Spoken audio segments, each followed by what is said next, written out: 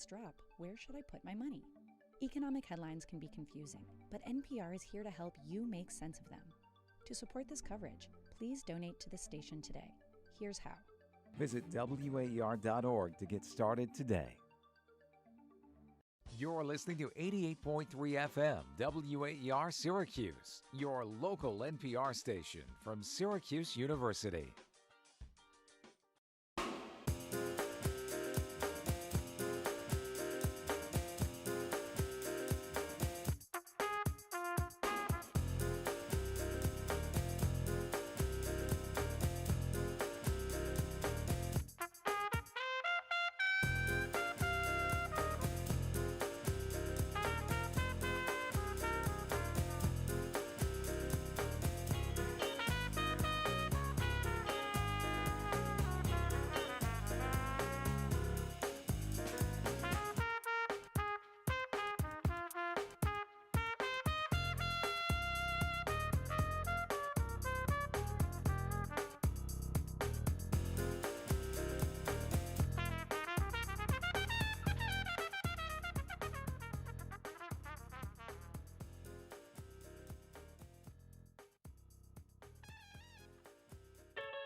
SportsNite, your home for all SU sports talk.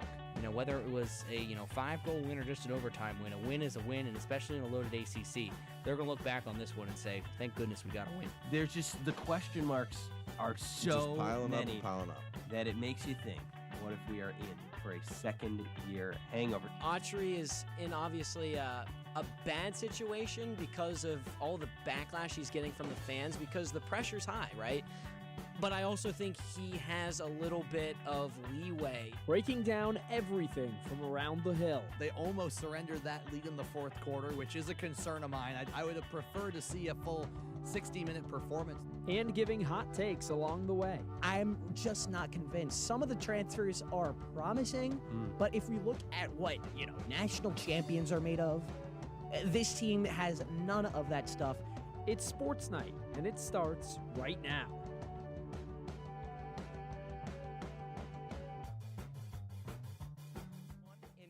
Another edition of Sports Night here on WAER. A lot to break down here on the Hill with Syracuse women's basketball, a new coaching search for Syracuse men's basketball, which is all anyone can talk about right now, and of course, Syracuse men's and women's lacrosse in the midst of their seasons right now. And a new AD on top of all of it. Exactly. There's so much going on right now in the world of sports for Syracuse. So if you want to call us in at 315-443-2011 and also interact with us on X and YouTube at WAER Sports Talk about any of it, we're going to start with women's basketball and their matchup in March Madness coming up tomorrow at 5:30, and it's a tough one. They're playing against the number 8 seed in Iowa State, Syracuse coming in as the 9 seed, and it's not the easiest draw for this team, Jake. No. Look, this is going to be a fun show all the way through because this is a wild few weeks that's about to unfold for Syracuse sports as a whole, right? You've got 2 lacrosse teams that I think you can say now with the women on a 6-game win streak that have national championship aspirations. Yes, for sure. You've got the second search, really the first search for a men's basketball coach in close to 50 years. You've got a new athletic director coming in trying to make his mark. And, of course, you've got the women's hoops team, which is dancing during all of this. So, crazy. We're going to have Pete Thamel from ESPN on the show in a couple of moments to break down everything he's heard about the men's basketball coaching search. But for this women's team, look, Timmy, I don't know that they were ever going to be better than an 8 seed. I think pretty much the entire way through the season, it was going to be comfortably in the tournament, but 8 or 9 seed. It was right around that line pretty much all season long. Because they had a great season. I certainly don't want to take away from them. I think, in large part, for most of this winter, they were by far the most entertaining product that Syracuse athletics were putting out. Certainly from much more. From the end of football season all the way up to now. at least maybe the start of the lacrosse seasons, like Syracuse women's basketball was the most entertaining product in Syracuse, at least at the university this year. Without a doubt. And that was because they were good. Yeah. I mean, you finish with a very strong record, 23-8 in the regular season, 12-6 in the ACC, which is a good conference in women's basketball. It makes sense that they end up as the 9th seed. It's just unfortunate that they face a tough matchup. And if they win against Iowa State, which is a big if because there's a lot of problems like Dominique Darius, one of their best players, out for the season, which is a huge blow. Then they have to play the number 1 overall team in the country, UConn. And, I mean, you can wrap up the season if they get there, I would say. Yeah, I don't necessarily disagree. I think, look, the reason they were never going to be better than an 8 seed was because the record against the top teams they've played is not good. Right. Syracuse is 22-1 against quad 2, 3, and 4 teams. They are 16-0 against quad 3 and 4 teams. They're 1-7 against quad 1 teams. So that's why it was, if they had 1 or 2 of those, probably the best chance being had they pulled out that road win against North Carolina in a game that went to overtime after Syracuse missed a game-winning shot. And that was when Syracuse was really rolling this season. So it was a time when you thought maybe that was a game they could get. If they had got that win, maybe one of those other quad 1 games, you could be looking, okay, they're going to push up into the 7 seed, 6 seed range and get a favorable matchup. 8-9 is always going to be tough, and Iowa State is going to be tough. Like, that's the way this tournament is designed. The 8-9 is almost always 2 power conference teams. It's always a tough matchup. Iowa State is very, very good. They've got an all-American center, Audie Crooks, who is the second leading scorer in the country. Exactly. And I think that's where this matchup starts. Right. It is. And that is where this matchup starts because Audie Crooks is one of the best women's basketball players in the country, averaging nearly 26 points per game, 3-time unanimous All-Big 12 honoree, and had 4 40-points games in the regular season.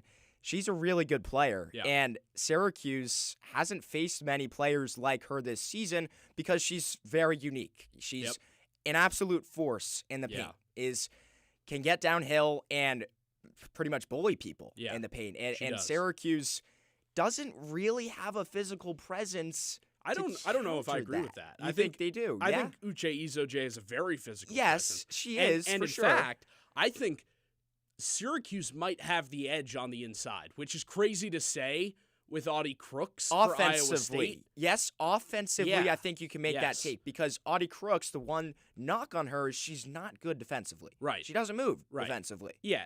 I mean, I think on both ends to some degree, like, she is a within 3 to 5 feet of the basket player.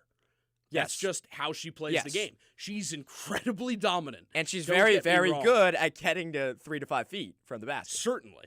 I mean, I think you could argue she's the best in the country within 3 to 5 feet of the basket. But where Syracuse has the advantage in this game, in my opinion, is its center, Uche, is far more athletic than Audie Crooks. Absolutely, yes. And frankly, far more athletic than almost everybody Syracuse faces, especially Audie Crooks. One of the things that Felicia Leggett-Jack and Natasha Adair, the Syracuse associate head coach, have worked with Uche on throughout the season is let's get her away from the basket a little more, take advantage of that athleticism, and she's really developed that free throw line elbow jump shot. If they can pull Audie Crooks away from the hoop a little bit and take advantage of Uche's athleticism, I think Syracuse will have a real chance in this game even without Dominique Darius. I'm glad that you're bringing up Izoje because I do think she is the single key for Syracuse to win the game.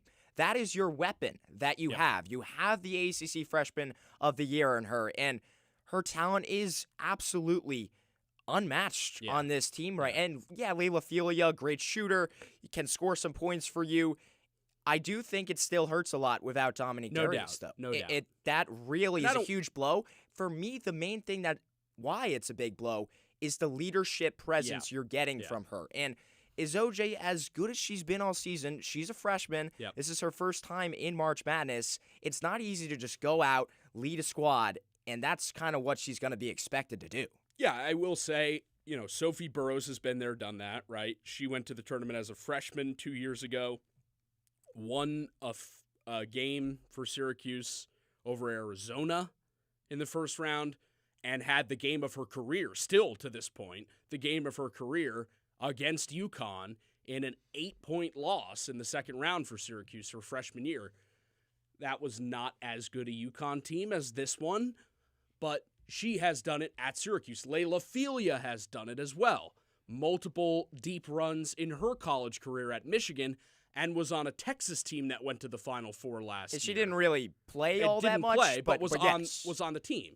So I agree with you about Dominique Darius. There's no doubt in my mind she is the heart and soul of this team. But Syracuse has experienced players who have been there. It doesn't take away from me from the fact that if Uche does not play well, and more specifically, if Uche is not efficient from the field, Syracuse is going to struggle in this game. Yes, I think that we're spot on with that fact. It's so important. It is unfortunate, though, that if they do win this game, it's just pretty much over immediately because the disparity between UConn, especially because the game is in stores, there's literally no chance of Syracuse even competing in the next game. I mean, the one thing I will say is that Felicia Leggett-Jack, and she spoke about this in her opening press conference today at the tournament, is, and she's probably getting ticked off because her last tournament at Buffalo and then her first tournament at Syracuse, and now there's this tournament, her second tournament at Syracuse, she's been sent to stores to play UConn all 3 times. And so if anybody is going to beat UConn as an 8th seed, I think it's probably somebody who's seen him in the tournament as much as Coach Jack has. It's a whole lot of times in UConn and at stores for Felicia Leggett-Jack in Syracuse. That one will be at 5:30 tomorrow. Well, we are up against our first break already, Drake. Yeah. We've gotten past this women's basketball talk quickly, but that's because we got a whole lot more to break down with Syracuse men's basketball's coaching situation. We spoke with Pete Thamel, an ESPN insider, about everything you should know about the head coaching search for Syracuse. We'll be right back after this break. There is a one-stop listen for everything Syracuse athletics. Syracuse men's lacrosse had arguably maybe Gary Gates' best weekend ever as head coach. The Ostrom Avenue podcast provides unique opinions plus exciting interviews from industry experts. The voice of Syracuse men's lacrosse and Syracuse women's basketball as well. Tim Leonard, Javon Edmonds of Syracuse.com. Check out weekly episodes and listen at WAER.org or wherever you get your podcasts. Snap judgment means your mother, your kids, the dog, and your boss are just gonna have to wait until the story is over. Join me, Glenn Washington, for Snap Judgment. Snap Judgment. Storytelling with the B. Do not miss it. Sundays at 10 a.m. on 88.3 WAER, your local NPR station from the Newhouse School at Syracuse University.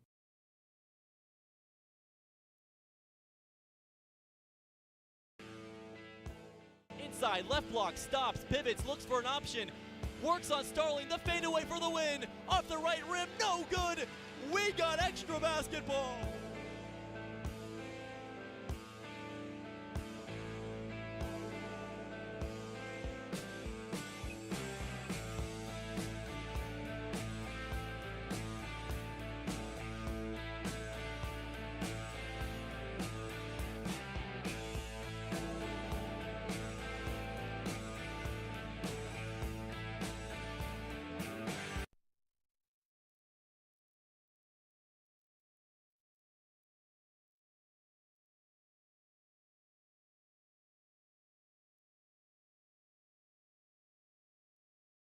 Welcome back into SportsNite on WAER alongside Timmy Weiss, Jake Klein with you, and we've got the pleasure to be joined by Pete Thamel of ESPN. Pete, thank you so much for joining us. Jake and Timmy, good to be here with some fellow Mass natives talking low Qs. A lot to talk about in the world of Syracuse. Let's start with, I guess, the one thing that everybody seems to know, thanks to you, Pete. Brian Blair is going to be the new Syracuse athletic director. Comes from Toledo. I think this was kind of out of the box for a lot of people. Like there were some names that were floating around, and this was not one of them. I was surprised when I got the Pete Thamel notification that it was going to be Brian Blair. What do you think made this a logical hire for Syracuse? Well, Jake and Tim, you guys are at Syracuse at a really, I think, transformative time for the whole university. It's rare that the three highest profile positions on campus, or three of the four, you could certainly say, turn over in a month's time. You start with the chancellor, Mike Haney, and the search that led to Brian Blair, to me, almost was a conventional search in some ways. Syracuse, after a decade ago hiring John Wildhack from ESPN, that was an unconventional hire. He was not steeped in day-to-day college athletics. He obviously knew TV. He obviously knew college athletics from the macro. To me, the Brian Blair hire is a nod from the university that they want a practitioner. They want someone who has managed coaches, run a budget, and obviously done it at a smaller level in the MAC, but is not going to be daunted by the day-to-day. And if you look back at the last decade of Syracuse athletics, when NIL came in, portal, the real seismic tidal wave changes in the last 5 years, Syracuse did not keep up. It's simply put, they have not been as competitive as NIL. You look at places like Missouri or Ole Miss that are out kicking their coverage right now compared to historic norms, especially in football. Those are places that were aggressive in NIL, saw around the corners, believed in it, and sprinted towards it. Simply put, Syracuse did not do that. And they are starting to catch up. And the Brian Blair hire, to me, signals that they need to continue catching up. They need to have systems and processes in place to be competitive, more competitive in this new era. And you've mentioned the change at Syracuse right now that's happening. Another one of those big changes, the new head coach spot opening up after Adrian Autry was fired just recently after the season. And with Brian Blair coming in, is he going to be the one who's making that decision? Is it going to be Wildhack? There's been reports that he possibly could be involved, or do you think it could be a combination possibly of the two? So when transitions like this happen, Timmy, the new athletic director has autonomy to make the hire.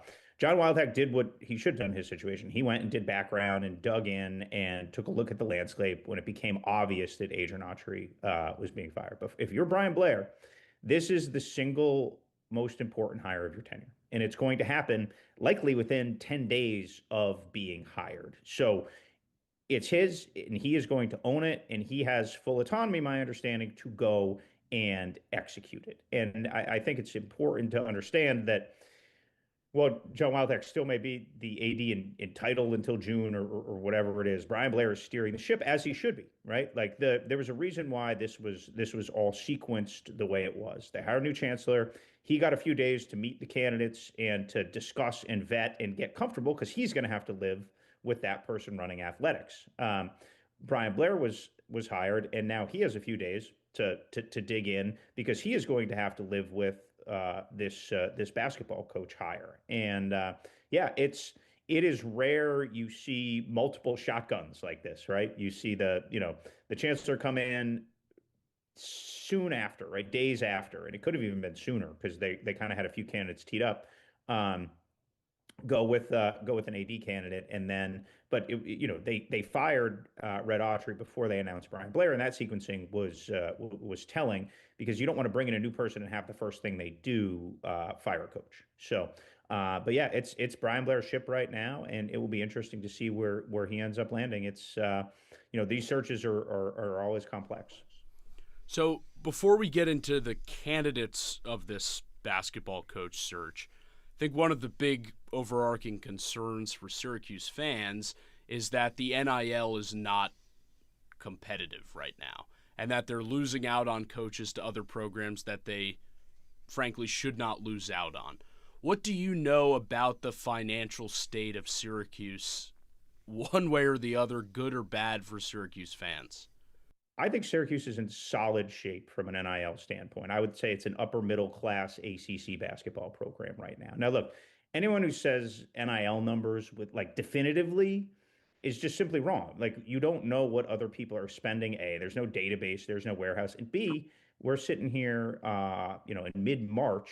The amount of money you could have for a roster could change pretty drastically. Fundraising, donors, like there's a lot of dynamics that make that a fluid situation. But my understanding of the Syracuse situation in the way that they are pushing forward is that it is in very good shape. Is it Duke? No, it's not Duke. Like, they're not going to be a trailblazer with what they spend. It's just not who they are. But they are also not going to be behind. The finances of what is being done at Syracuse, from my understanding of the situation compared to the rest of the ACC, are not going to be an inhibitor for this job. So last night, there's all these reports out there recently that Brian Hodgson, who has become this wildly popular candidate for the Syracuse job, is not going to be in the running anymore. What is the situation right now with Brian Hodgson, as he coached in the NCAA tournament as well? Yeah, I mean, the list that, a lot of these open schools that are higher end operating from, Brian Hodgson was on the list. How deep it got, I'm not certain. Like, these things are not offered until they're accepted, right? So there may be some linguistical gymnastics with how that with how that stuff was framed. But Syracuse is going to be fine without Brian Hodgson. He's a good coach. If you look at some of the candidates available, they are vastly more experienced and bring vast more NCAA tournament experience, head coaching experience. They're gonna end up just fine. The fallout from that being leaked about Brian Hodgson, I thought, was like overwrought. Like, I think there just wasn't like a big list that was associated with Syracuse, and so people assumed and pinned that he was that he was the favorite, and he was certainly in the mix. I mean, there's no doubting that. But they're going to end up okay without Brian Hodgson. And looking at the candidates for Syracuse now, maybe without Hodgson, who rather are the names you're really looking at for Syracuse to take an eye on? So I think Syracuse is going to cast a net of a couple Northeast assistants that that are going to be in the mix, and then they're going to cast a national net and look at NCAA tournament type coaches, and they're going to look at experienced coaches from around. And I mean, there are going to be good names available for Syracuse as they push forward here. Obviously, Jerry McNamara's name is going to be at the forefront because of his intense ties to the school, and he's obviously playing in the NCAA tournament this week. And there's a little bit of a crossroads there of, do you stay in the family or do you go out of the family? And they've made pretty intentional out of the family type hires to push forward here. Whether that's a tell or not, we will see. But yeah, I would imagine they end up with a coach who is coaching in the next in the NCAA tournament here. A lot of the coaches who have been rumored from the start, whether it's Hodgson or Josh Schertz or McNamara, like, these are guys who never have coached at the Power 5 level as head coaches. My opinion on it is basically that Syracuse, because of the history of the program, should be able to attract a sitting Power Conference head coach. Do you think that is realistic for Syracuse? I think they could. The problem there, Jake, is there just aren't a lot of guys at Power Conference jobs that are movable because of buyouts. I mean, that's the big inhibitor when you're trying to move those guys. The guys you want have been locked up, and in the modern financial world, do you want to pay $8 million to just hire a coach when that money might be better served going into your roster? So I do think the job is attractive enough. I do know there has been some Power 5 coaches that have expressed interest. I think that is attainable, but there's a pretty intense financial calculus that you have to run through. And what do you think the main criteria Syracuse is going to use to find a new head coach? The criteria is going to be who can come in and win. I mean, it's pretty simple. They haven't won in 5 years. Like it's draw behind. So, look, you've seen a trend if you look at kind of this NCAA tournament of like a place like Miami. They went and took someone inexperienced and poured more money in the roster, and that's worked out. So there's all kinds of ways and paths you can go. Syracuse coming off having an inexperienced coach who didn't work out. You would think perhaps they're going to usually hire opposite, right? So the thought would be that they're going to go and hire an opposite. There's Pete Thamel from ESPN. Pete, thank you so much for joining us on SportsNite. Thanks, Jake. So there you have it. Pete Thamel with, in my opinion, some very interesting comments. Absolutely. He gave a lot of good insight. Yeah, so the two that stood out to me, one, the finances are not going to be an inhibitor for this job, is the number one thing he says. Again, he also pairs that with how certain of that are we? Okay, we don't. Nobody knows basically, but what Jim Boeheim says, which is that Syracuse's NIL is in the basement of the ACC with Boston College and Georgia Tech, I think I can pretty confidently say is not really the case.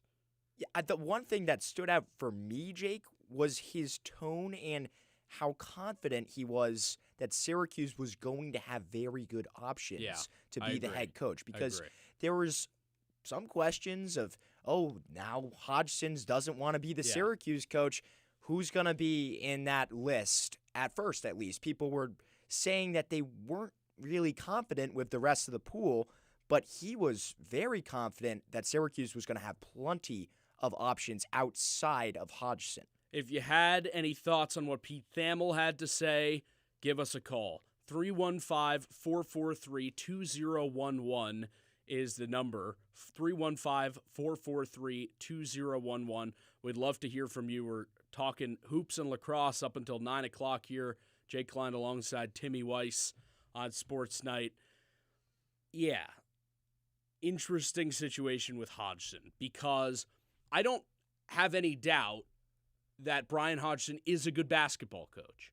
I think the hire of Brian Hodgson would have made a lot of sense for Syracuse. But the way this whole thing is unfolded is unsettling to me on both parties, both the Hodgson party and the Syracuse party. Because what Pete said there, and his line was, these jobs aren't offered until they're accepted, is very much in line with what Brian Blair, the new athletic director, said today, which is that no candidate had been offered the Syracuse job yet, as of today, which includes Brian Hodgson. So if Brian Hodgson has not been offered the Syracuse job, then what is this report that he turned Syracuse down? He didn't turn down an offer, right? Did he just write them off, Yes. basically? Yes. I think that it is tells the me, only it tells thing me it's that would be it's either possible. he said, I'm taking myself out of the running for this job, or this was something from the Hodgson camp that was just sent to X reporter and put out there with the incentive of trying to jack the price up a little bit. Whether it's from USF to stay or from Providence. What doesn't make sense to me, though, Jake, is why would he pull his name out of the running? I understand maybe he wants to go to Providence or wherever. I get it. But is that really that big of a difference than Syracuse? I would put the Syracuse coaching spot above Providence. Yeah, I mean, it comes down to what resources are available. Right. That's the only factor. NIL, because Syracuse has just about everything else going for it over Providence and South Florida. Yes. The question is the money. And again, Pete Thamel tells us the finances are not going to be an inhibitor for this job. So who really knows? That doesn't add up with it again. Yeah, no, I agree. But ultimately, who really knows about the finances? Right. Not us, not anybody who says they do. That's just the fact of the matter. What is true is that, there's at least a chance that Brian Hodgson looked at his options and decided, of his three options, which seemed to be Syracuse, Providence, staying at USF, that he was deciding between staying at USF and going to Providence. And by backing out of the Syracuse job, he can jack the price up a little bit, I And think. the good news, though, Jake, is that according to Pete Thamel, that's not a problem. Right. That is just fine for Syracuse. And I also agree with Pete on the sentiment that Syracuse is okay without Brian Hodgson. Yes. Brian Hodgson is a good basketball coach. I don't want to take away from that. He was a great assistant at Buffalo for Nate Oates. He was a solid head coach at Arkansas State. He won a share of the Sun Belt, did not go to the NCAA tournament. He then goes to South Florida. He makes the NCAA tournament. He loses what ended up being a 4-point game, but really was not a close game for much of the game against Louisville. Yeah. So this guy is a good coach, but this guy is not John Wooden or Coach K. At the end of the day, a lot of Syracuse fans are acting like Brian Hodgson is the Messiah who's going to come in here and bail Syracuse out of the doldrums of college basketball and return it to its glory. I agree that we don't know so many that. people were He could come to Syracuse and stink. Exactly. And there's no guarantee that he was going to come in and do that. But what that means now is you got to take a look at all the other coaching candidates. Yeah. And for me, Jake, the guy that stands out right now that has to be number one, Jerry McNamara. Jeez, butchering his name there. Jeez. But I'm telling you, man, he was fantastic to watch against Duke the other day, against Siena. I mean, absolutely fantastic. His game plan to somehow figure out how to almost beat that Duke team, it was fantastic to watch. It and was that a first classic half was Jerry Mack incredible. moment. It was incredible that they could somehow, with a team from Siena as a 16 seed with 11 losses this season, outcoach Duke, a team with 2 losses that no one was able to outcoach this season. I'm in a situation where, like, I basically just got Jerry McNamara'd by Jerry McNamara. All the guy has done throughout his entire life is he just, right when you think he's counted out, he proves you wrong. It's what he did as a player. It's what he's done growing up. It's what he's done as a coach now.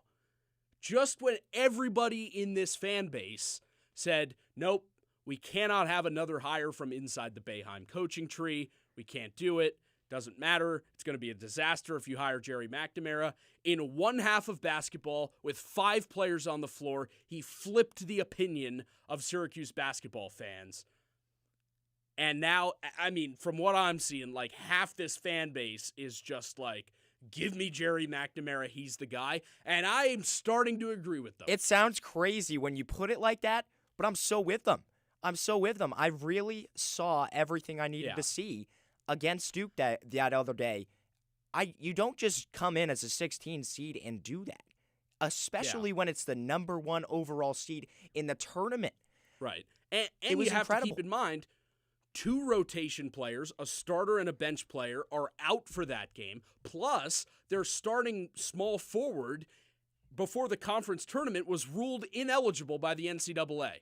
So, in what's a 10-man rotation typically for Siena, becomes a 7-man rotation where the 2 bench players are both true freshmen. And he the 2 bench players didn't play until there was 1 bench player that played with 10 seconds left in the game. If you ask me, which was pretty ballsy by Jerry McNamara. It was, but sometimes you got to be ballsy when you're playing the number 1 team in the country, Duke. So I get it.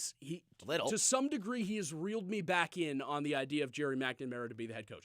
But the other devil on my shoulder still says it's time for a full reset.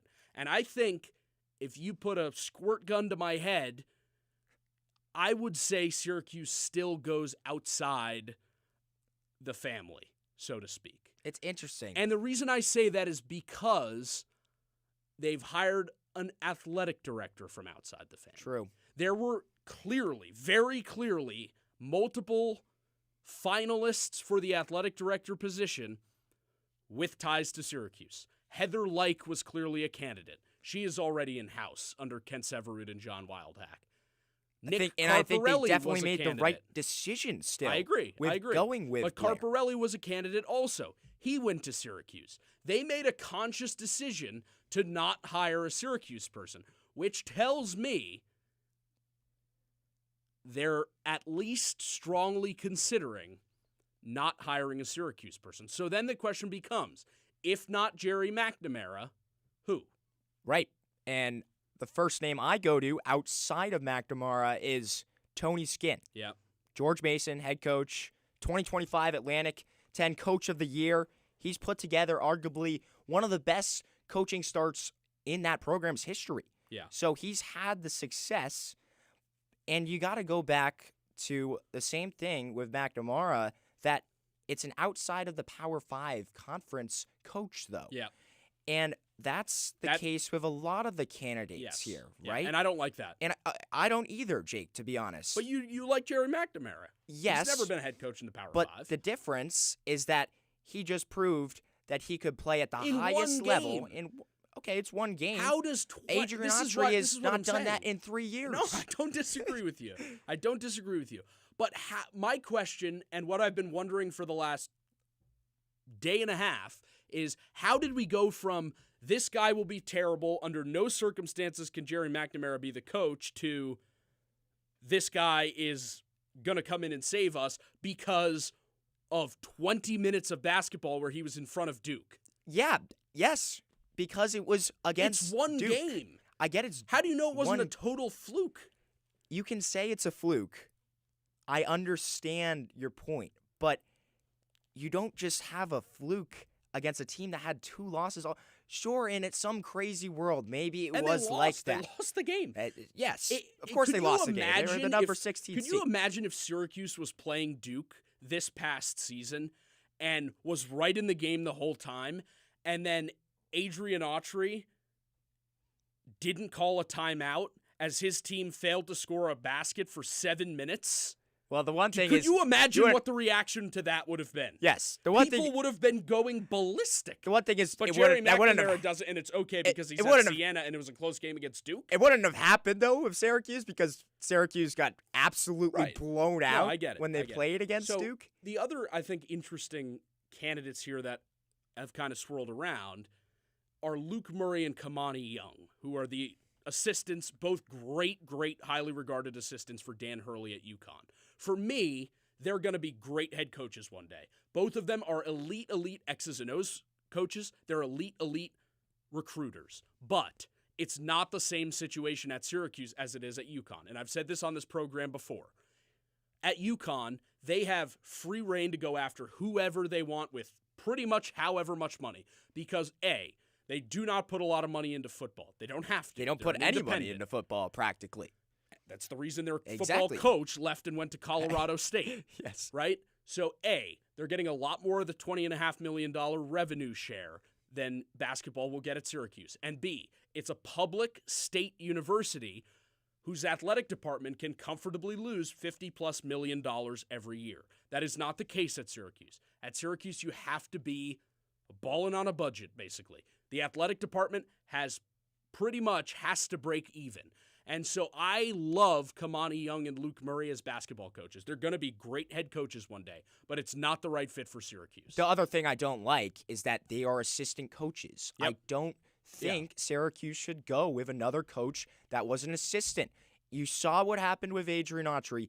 You need to have a coach that has been there as a head coach, agree. that knows how to lead a team. In my and that opinion, can has been step there as in. a head coach at a high level. I agree. Not at it's Siena, not going to be easy, not at though. George Mason. Who can you point to in that situation that? Well, that's the question. That Syracuse could get. You've got to find somebody who's done a great job at one of these Power Fives that is historically not great, right? Whether it's Chris Collins at Northwestern, or Mark Byington at Vanderbilt, or TJ Otzelberger at Iowa State. Like, in theory, those are coaches who should want to move to Syracuse from their current place. The question ultimately becomes, does Syracuse have the resources to pull Mark Byington away from Vanderbilt? And the other thing that I go back to the interview we had with Pete Thamel is he said that these Power 5 programs, a lot of these coaches are off the board because totally they are true. getting so much money already, and you can't just poach them and bring them over to Syracuse. Syracuse would have to buy them out of their contract. And frankly, somebody, I don't know who it's going to be, would have to gussy up the money and pretty much buy the coach out of his contract. I think it's worth it. I do too. The question I is, think can that's they fair. find the money? My preference for the head coach of Syracuse men's basketball is a sitting power conference coach. Is it possible? I don't know. Yeah. I can't speak that's to, where to I what go. the resources are here right. versus at Vanderbilt or at Iowa State. Right. We don't know But at the end of the Syracuse day. should be a big enough brand, a big enough name in college basketball. There should be enough of an appeal to having 30,000 fans in the building, which you can't do anywhere else. There should be enough of an appeal to that to draw a sitting power conference coach. And it's shocking to me that they wouldn't have those resources. And now that Blair is the new athletic director, is that now the case? I think that's the question. I mean, he's got a reputation as a great fundraiser. Exactly. That's what he's known for with NIL and everything. Is that going to be the key to get one of these coaches from these Power 5 conferences? Time will tell. Brian Blair, the new athletic director, says we will have something soon on the men's basketball front. All right, we're going to switch gears to lacrosse here on Sports Night after a quick break. Our reporter for Sunday's men's lacrosse game against Georgetown, Augie Walters, will join us. Don't go anywhere. Stick around after the break on Sports Night. Thanks for listening. We hope you're enjoying this WAER sports broadcast. Our sports staff goes where the teams go, home and away, and prepare for days before each game broadcast. Our talk show and podcast hosts analyze games, pore over stats, and keep up on sports trends. These and many behind-the-scenes opportunities are made possible by listener donations. So if you're a fan or an alum, donate to keep our sports legacy strong at WAER.org and click donate. Weekday mornings are a juggle, sometimes even a struggle.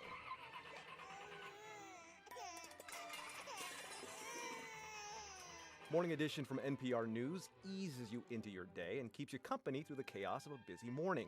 Hear interviews that give you context on the day's biggest stories, along with reporting and updates on the latest breaking news. Stay on top of the world with Morning Edition every weekday. Weekdays from 5 to 9 on 88.3 WAER. There is a one-stop listen for everything Syracuse athletics. Syracuse men's lacrosse had arguably maybe Gary Gates' best weekend ever as head coach. The Ostrom Avenue podcast provides unique opinions, plus exciting interviews from industry experts. The voice of Syracuse men's lacrosse and Syracuse women's basketball as well. Tim Leonard, Javon Edmonds of Syracuse.com. Check out weekly episodes and listen at WAER.org or wherever you get your podcasts. Federal funding for public media has been eliminated. That means decades of bipartisan support for public radio and television is ending. To be clear, NPR and this station aren't going anywhere, but we do need your support.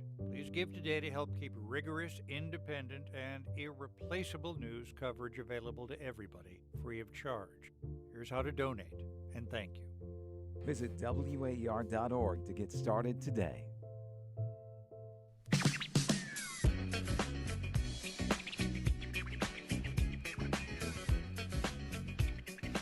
Welcome back into Sports Night.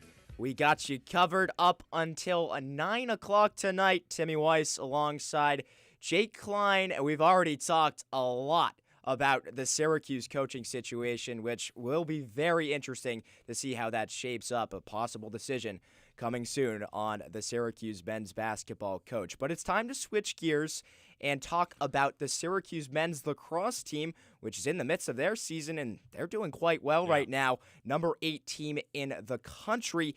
We also have our reporter, Augie Walters, on to talk more with us about the lacrosse team. If you want to talk to us or Augie, call us in at 315-443-2011. You can also interact with us at WAER Sports Talk on X and YouTube. Augie, how are you doing tonight? I'm doing great. Thanks for having me here, guys. And exciting to have this lacrosse team finally back in the Dome. It's been a long time, over 40 days. So. That's for sure, Augie. Insane. I mean, a 6-game road trip in the middle of your season, it's something that just doesn't happen, really. But it's good for Syracuse, I think, because you get that experience from playing all those road games. You get a tough break like that. And now that they're back, I do feel they might start to take off here. And they weren't just road games. They were road games against really talented Yeah. teams from all over the place. Except for maybe one. Yeah, except for Air Force. But, I mean, it was talented teams from all over the place. And, you play Monday nights, you play day games, you play in cold weather. Look, they can't say they haven't done it because they have. And I think the weekend in Colorado, obviously you start 0-2 on the road trip, which, not a lot of people expected after they were then named the number 1 team in the country. But they went to Colorado at the end of that road trip and they got 2 wins. In the game on Monday and the win over Denver, it was a gritty win.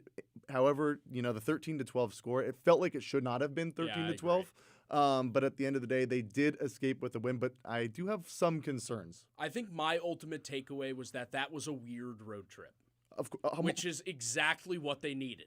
Right. They needed just to do something weird, because I think a lot of what this team has done over the past few years has been, we're going to dominate teams that we play in the Dome. Yep. And then we're going to go out there in the postseason and, really throughout ACC play and into the postseason, and we're just going to see what happens. And it has been better under the last 2 years of Gary Gates' tenure than it was in, 4 or 5 years prior to that. So great. But to get to the next level, you got to go play a tough Harvard team and a tough Princeton team who are both in the top 5 on the road when it's freezing and raining in Cambridge, and then there's sun beating into your goalie's eyes at the field in Princeton, and then you have to take a cross-country road trip to go play Denver on a 2-hour time difference and Air Force in the middle of the day on a Thursday. Weird stuff is what this team needed. Face a little bit of adversity, in my opinion. You don't have to, but at the end of the day, But if you want to get over the hump, this is something where you've been experienced to it now. And I think the word weird is a good way to describe it as well. And another weird thing was that, Joey Spallina has 1 goal in Colorado in 2 games, that's unheard of. And that they won And both games. Exactly. Especially, I mean, Air Force, not a very good team, but they comfortably win that. And Denver, for a large part of the game, looked very in control until the end of that game when Denver scored 5 goals in the fourth quarter. But it was interesting because I thought for a while that Syracuse could only win big games if Spallina was doing well. And I don't think that's ever been true. I understand but that it's a mindset. They've done it. I agree. But I think the big games in the tournaments and, and when they get to the NCAA tournament, that's what it requires. But what the other day proved to me is that that's not always the case, and that Syracuse can be all right without him just being the star. My take on it is more like, if you shut down Syracuse's offense, which is hard to do, but it's been done. Denver did it in the quarterfinals in 2024. Maryland certainly did it last year. I think Princeton did it this year absolutely did it. And in all 3 of those games, Spallina had no points against Denver, 1 point, an assist against Maryland, and no points against Princeton. So I think people associate, okay, Spallina doesn't score a lot of points, therefore Syracuse loses. No. It's the other way around. It's you shut down Syracuse and you leave Spallina with no points. You shut down Syracuse as a team, not one player. But is he the team in that case? No. Because he's the main assister. No, and but the main if guy that team is doing what it's supposed to do and playing the way it's supposed to play, he's going to end up with X amount of points every time. But at the end of the day, the offense runs through Joey Spallina. No doubt. 100%. And so at the end of the day, it's not always about the box score and the number of points in goals and assists that he may have had. But what I think the Denver trip, or the Colorado trip, I should say, in specific opened up was the fact that there's depth to the Syracuse team. And the depth on offense showed because Michael Leo against Air Force scores 5 goals, but then he doesn't score against Denver, and they still find a way to win. And, that's when Finn Thompson, Peyton Anderson, they stepped up, and Luke Roa scored 4 goals. I mean, so, there's people that can be put in position maybe because so much attention is being paid to Joey Spallina. And so maybe, the Air Force game's a perfect opportunity. Let's try some things, right? Let's get Joey Spallina assisting. He had 8 assists in that Air Force game. So I think the Colorado trip was great for this team, and I know for a fact they're happy to be back home. And when you start that road trip 0-2, like Coach Gates said, you're going to be happy to leave it 4-2. If you want to talk about Syracuse men's lacrosse on a roll right now, 4 wins in a row, call us in at 315-443-2011. You can also interact with us on X and YouTube at WAER Sports Talk. Timmy Weiss alongside Jake Klein and our reporter, Augie Walters. Now Syracuse is getting into the nitty-gritty part of the season. And you have this matchup against Georgetown, not an easy game. Number 13 in the That's country. What I think is so tough about the schedule. Every game's tough. Exactly. Every single game. And it's like, actually, all of a sudden you think Syracuse is cruising. Okay, they've won 4 in a row. They're back to their usual selves. They're scoring goals again. Like, hello, here comes the Georgetown team that was, remember, preseason a top 5 team and has come up just short in 3 top 10 games so far. And here comes all of the ACC schedule. After that, which includes number 1 Notre Dame, a top 5 team in UNC, a top 6 team in Duke, and a Virginia team that is knocking on the top 20 right now. Yeah. So every game is tough. Is Syracuse going to continue rolling? I'm a little worried that they're going to slow down at one point in this stretch. Well, the most concerning thing with this team right now is the fact that they're not putting teams away.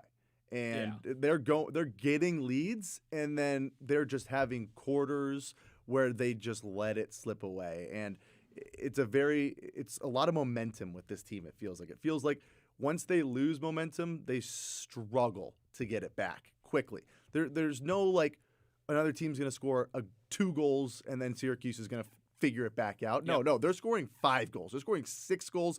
And like Syracuse is then all of a sudden on their heels and having to play in a 1-possession game late.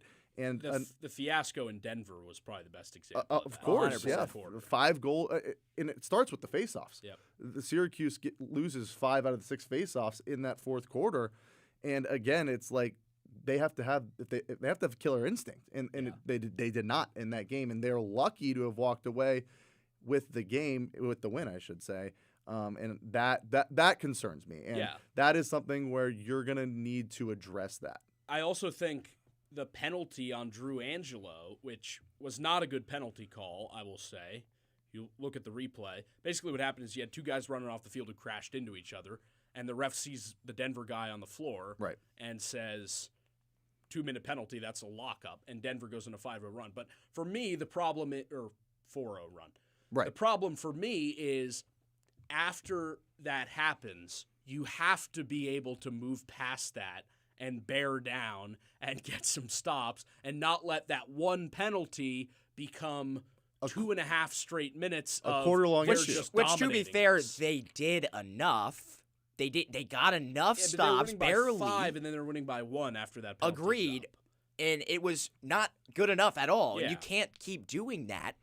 But they pulled it out, and sometimes a win's a win. I agree. Sometimes a win is a win. Sometimes for Syracuse men's lacrosse in this season, I think that is the type of games they need to just figure out how to win. I mean, I talked to Gary Gay today for the Redev CNY Construction Coaches Report. Little plug, you can listen to it before the game on Sunday, 1 o'clock game, 12:30 McClure Modeling Countdown to Face Off on WAER. Oh, boy. Gary Gay told me, we talked about it.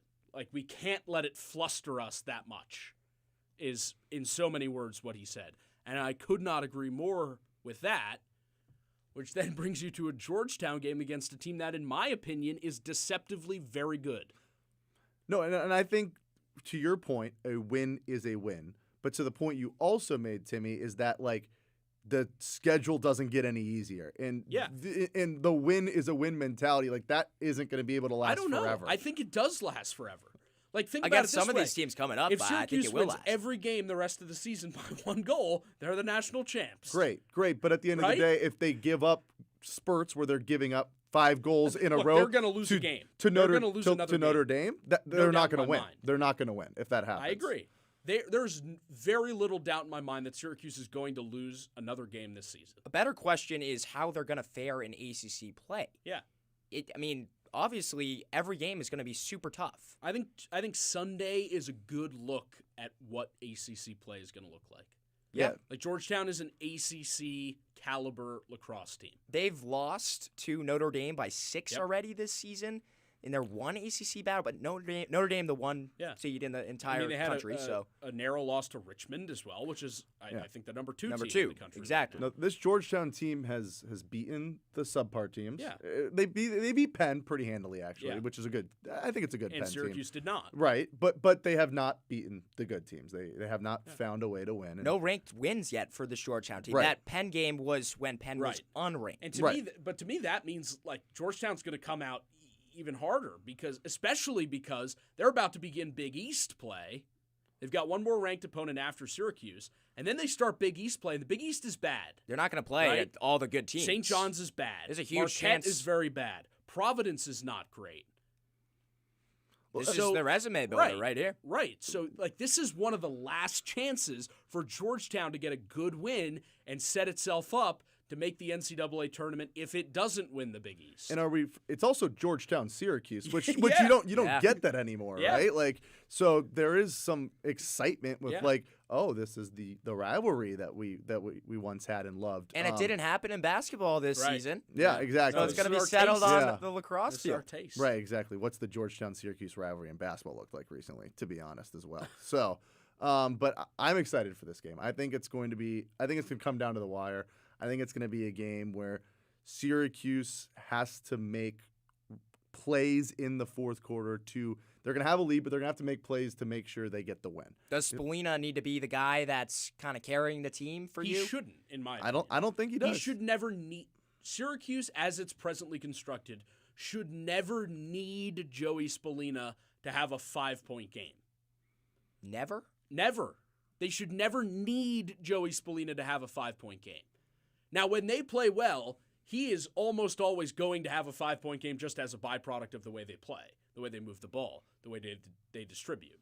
But Syracuse should be able to, and in my opinion is able to, and has proved this on this Colorado trip, specifically the Denver game, they're able to win games against good teams without Joey Spallina putting up monster numbers. He doesn't have to do it every time, but you do need it at certain points. And if you make the NCAA tournament, if you want to win the national championship, there needs to be one or two of those games that Spallina hits that mark. Absolutely. I'd say he has to be that guy because that's what a Tewaaraton-like player does. Yeah, look, but I don't disagree with you. And I guarantee you there are going to be more games this season where Joey Spallina goes off. 100%. No doubt. But all I'm saying is, as long as he's moving his feet off the ball and commanding the attention of the top cover guy on whatever team Syracuse is playing, then you can pick apart the rest of the defense with just Michael Leo and Luke Roa and Finn Thompson, and the list goes on and on and on. And to Jake's point, Syracuse's offense is talented enough to where Joey Spallina can be a decoy. Totally. He can be a decoy. True. He's one heck of a decoy. Right. He's a great decoy to have. And that's something that I think they used in Colorado. He was a decoy in Colorado. Yeah. The numbers show that he was used. I wouldn't say in the Air Force game he was a decoy. He had the ball a lot. Sure. But he's setting up his teammates in a sense. Yes. But in the Denver game, I agree with you. But even when he's getting an assist, right? Like the defense is probably so focused on Joey Spallina not scoring that people are able to move without the ball, get open, and he finds them for a goal. So I'm excited for this weekend's game. Final score prediction from you, Augie? I'm going to say 13-10 Syracuse wins. Yeah, I don't know. I think it's going to be a good game. I'm calling the game, so I'm not going to give my final score prediction. Fair enough. I got Syracuse in this one with a thumping win, 15-10 over Georgetown. I really think that coming back to the Dome, it's going to do great things for Syracuse. They're going to be fired up to finally be back at Syracuse after this 6-game road trip. Well, that pretty much wraps up our sports night here. Our next broadcast will be, like we just said, number 8 Syracuse men's lacrosse versus number 13 Georgetown, Sunday at 1. That will be John Baccio and RJ Klein right here on the call. Leclerc remodeling countdown to face-off at 12:30, and also tune into the double overtime until 4:30 with Connor McGann and Nate Martin. A couple of thank yous to hand out before we're done to our producer, Connor McGann, our engineer, Dan Shalom, our reporter, Augie Walters, our desk, Caitlin McDonough and Josh Salomon, and as well to Pete Thamel. A great job in his interview with us earlier on in the show. That pretty much does it for us. Thanks so much for tuning in, and have a great rest of your Friday night.